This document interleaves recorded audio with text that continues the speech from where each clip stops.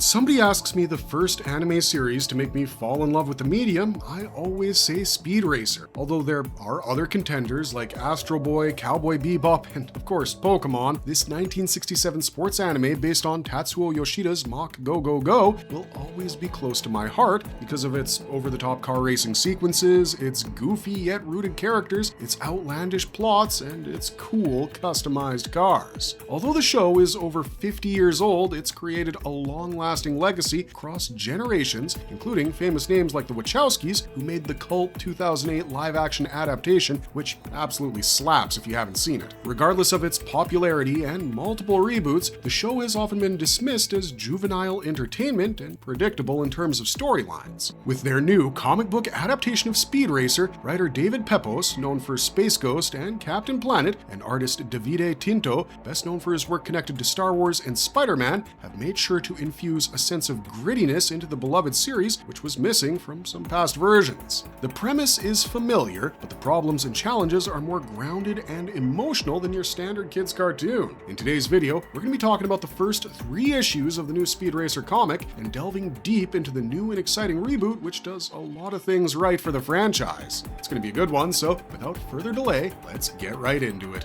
Life in the Fast Lane. The first issue begins with a flashback set 10 years ago after Rex Racer won the Mystic Grand Prix in his first ever professional race. Pops Racer, Marlene, and Little Speed are celebrating Rex's victory. Pops tells Speed that if one puts enough determination and heart into it, they can be the winner of Formula X. The words motivate Little Speed as he wants to be the greatest racer in the future, just like his big brother Rex. In the present day, Speed is getting ready for a street racing competition in Palm City, which will follow the rules of Formula X. Speed is here with his weapon of choice, the glorious Mach 5. The objective for the rest of the challengers is to defeat Speed and win the cash prize. The whole competition is live-streamed by Speed's brother, Spritle, and his pet monkey, Chim Chim, who also doubles up as Speed's hype man and takes care of the betting. Although he's the favorite in the race, Speed is riddled with self-doubt and a lack of motivation regarding it. In brief flashback panels, we see Speed speaking with Rex after one of his races, where Rex tells him that in Formula X, every car uses its special weapons to ensure a win.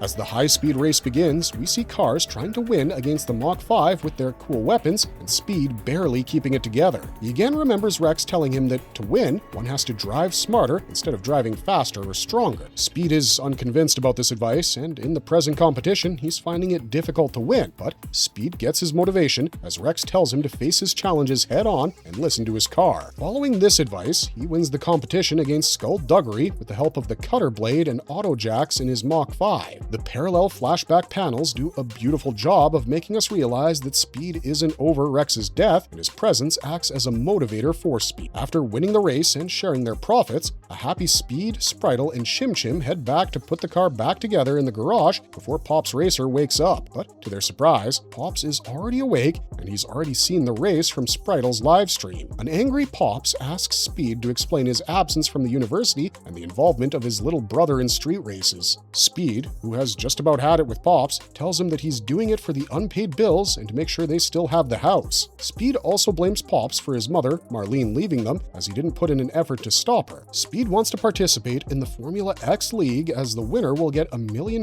in prize money, which will also help Pops finish his designs for the Mach 5. A furious Pops forbids Speed from participating in the race, since he thinks that he's not experienced enough to win the competition and will suffer a fate similar to that of his brother, Rex. Speed tells Pops that he should have helped Rex if he wanted to protect him instead of driving him away. Disappointed by his father's cowardice, Speed leaves the house and goes to Victory Lane Diner for a late-night shake. While ordering, Speed meets Trixie and they start bonding over soda floats and fries. Meanwhile, a disappointed Pops is still grieving the death of Rex and is recording a message to his wife Marlene. He tells her that Speed reminds him of Rex and he just wants to keep him alive. His thoughts are interrupted when a bunch of cop cars stop by his house. Turns out, the Tiger Syndicate has come over to Pops and tells him that their boss, Dante Furno, is willing to pay him a lot of money if he builds them the GRX engine. Pops rejects the offer, telling him that the engine is dangerous to rebuild since it will definitely be used for other purposes apart from racing. The gang doesn't take the rejection lightly and beats up Pops brutally as Spritle and Chim Chim witness it helplessly. Elsewhere, Trixie and Speed bond over their dreams and desires under a starlit night. Speed tells Trixie that he doesn't want to follow his dreams if they'll eventually disappoint his father. Trixie sympathizes with Speed and tells him that families can be dangerous enough to pull us right back to our starting point. Realizing that this is a safe place to share, Speed tells her that he finds freedom only when he's behind the wheel. Impressed with their conversation, Trixie gives Speed her card to call her up later and leaves. While a happy Speed is walking back to his house, he suddenly notices a bunch of Tiger Syndicate cars and screams. After reaching his house, he discovers his father had a heart attack following the brutal beating and needs emergency medical assistance. Realizing that the ambulance will never get there in time, Speed breaks his promise to his father and brings out the Mach 5. A magnificent and dynamic car chase with a bunch of police cars follows. During said chase, in brief flashback panels and dialogue, we see Rex Racer again motivating Speed to race for something more than the cars, something that will fuel him to go to the tracks every day. For Rex, it's his family, and Speed also realizes that it's his pops for whom he has to keep going and can't quit. Rex's pep talk and Speed's driving skills help Pops make it just in time to the hospital. While on his way to the emergency room, Pops tells Speed not to trust the CAT team. While he tries to decode what his father said, Speed is soon arrested by the cops who have been looking for him for a long time for illegal driving. In a brief epilogue on a rainy night, we see a wounded henchman named Lawson Lamster trying to make sense of what caused the accident. He discovers a mysterious masked man and tries to shoot him. After calmly disposing of his pistol with a killer punch, the masked guy tells Lamster to give a message to the Tiger Syndicate. In the final panel, we see that the masked stranger is actually Racer X, who warns the Syndicate he'll destroy all their operations.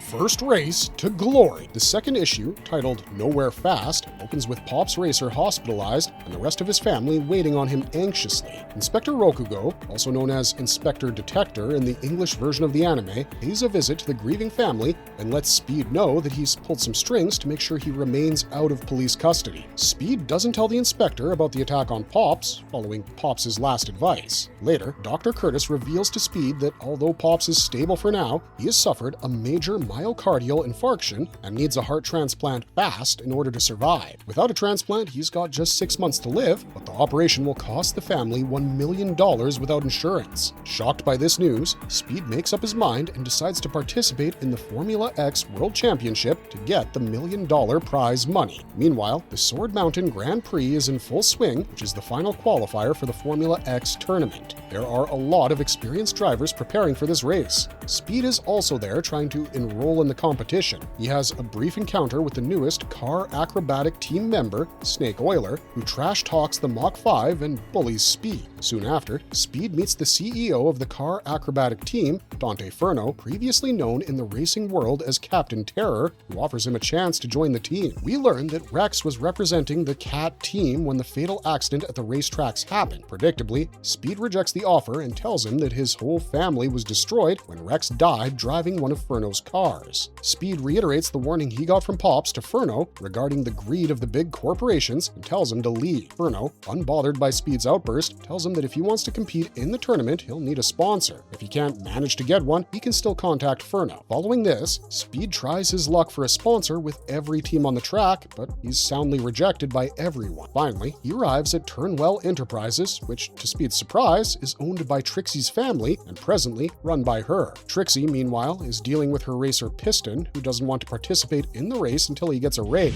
Trixie initially doesn't want to sponsor Speed because Speed ghosted her after their last meeting. However, when Speed tells her his family's legacy and the tragic story behind his reason to participate, Trixie agrees to sponsor him fully if he places in the qualifier. Realizing he only has one chance to prove his worth, Speed gears up for the race as Spritle, Trixie, and Chim Chim watch with anticipation. In true Speed Racer fashion, an action-packed race begins, but Speed faces tough competition from the experienced racers Guts Wheeler and Tailgate Jones and narrowly averts disaster by driving defensively. Soon, Speed realizes to win against the veterans, he has to think like one and starts attacking with the cutter blades. Meanwhile, Snake Oiler attacks him with his trademark Snakebite Venom Acid, melting the blades of the Mach 5, causing the car to spin out of control. Listening to Trixie's advice over the comms, Speed recalls his street racing roots and drives the Mach 5 in reverse. Soon after, with the help of the auto jacks, Speed reaches the finish line while the hot favorite of the race, Snake Oiler, faces defeat. Honoring the terms of their deal, Trixie agrees to sponsor Speed, but meanwhile, we see Racer X watching the race from the top of a building and anticipating meeting Speed in the final tournament. Elsewhere, we see Dante Furno not happy with the results of the qualifiers. He realizes that not just Rex,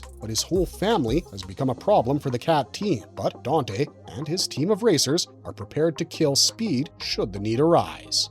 Enter the Masked Racer. The third issue is titled Chasing Ghosts, and it opens with Speed remembering Rex on the 7th anniversary of his death. In flashback panels, we see Rex getting his wins and joining the Cat team. It's also revealed that Rex was deemed by the press a reckless driver. However, Speed still considers Rex his hero and can't seem to forget his accident. In a full-page spread, we now see Speed grieving his death after qualifying for Formula X. Like in the first issue, he's still confused about what the right thing to do is, while still dealing with his father's sudden heart attack. But given the involvement of the Cat team in his family's destruction, Speed wants his revenge on them, going against his father's last bit of advice. Speed boards the Mach 5 and heads for Club Diesel, the territory of the Cat team, to find out more about the people who attacked Pops. Meanwhile, we see Detective Ace Ducey keeping a tab on Speed's activities, following the commands of Dante Furno. While driving to the club, Speed discovers Spritle and Chim Chim in the trunk of his car and tells them to stay there while he takes a look inside. Inside Club Diesel, while inquiring about the people involved in the incident, he's threatened by one of Furno's team members and told to stop asking questions. This threat is witnessed by Racer X, who's also present in the club. Soon after, Spritle and Chim Chim are caught by the bartender for entering the club's premises. This riles up Speed, and a violent fight begins. But it's cut short when Racer X intervenes. Speed inquires about Racer X and learns that he's a dangerous racer, the highest crash count in the league. Racer X advises Speed to quit the competition since he's a street racer and not a professional racer. Speed is agitated by this unwarranted advice and challenges Racer X to a race on the track. Racer X agrees to this challenge and tells him that if Speed wins the race that night, he'll finance him till the qualifiers since his sponsor Trixie is spending a lot of money unnecessarily. But if X wins, he'll take the Mach 5. Later that night, Speed and X gear up for the race.